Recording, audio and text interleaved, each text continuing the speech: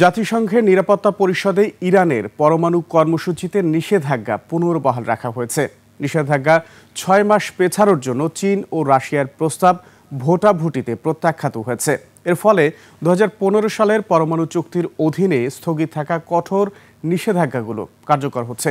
এই সিদ্ধান্তকে অন্যায্য এবং অবৈধ বলে অভিহিত করেছে ইরান। নাইম আহমেদের ডেস্ক রিপোর্ট।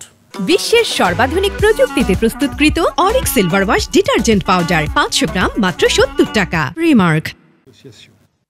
নিরাপত্তা পরিষদে চীন ও রাশিয়া উত্থাপিত নিষেধাজ্ঞার সময়সীমা 6 মাসের জন্য পেছানোর প্রস্তাবটি প্রত্যাখ্যাত হয়েছে 9-4 ভোটের ব্যবধানে। এর পরপরই ব্রিটেন, ফ্রান্স এবং জার্মানি এই 3 ইউরোপীয় দেশ কর্তৃক সক্রিয় করা স্ন্যাপব্যাক প্রক্রিয়াটি কার্যকর হয়।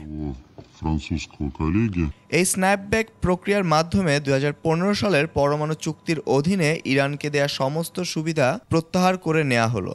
ফলস্বরূপ 27 সেপ্টেম্বর থেকে ইরানের উপর পুরনো অস্ত্র নিষেধাজ্ঞা, ইউরেনিয়াম সমৃদ্ধকরণ সম্পর্কিত বিধিনিষেধ, ক্ষেপণাস্ত্র কর্মসূচির উপর নিষেধাজ্ঞা এবং একাধিক ইরানি ব্যক্তি ও সংস্থার গ্লোবাল সম্পদ জব্দ করার মতো কঠিন ব্যবস্থাগুলো পুনর্বহাল হতে চলেছে।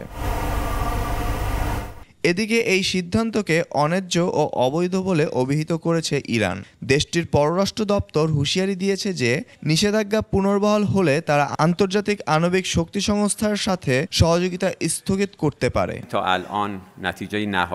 Naim Ahmed, desk report, 21 television.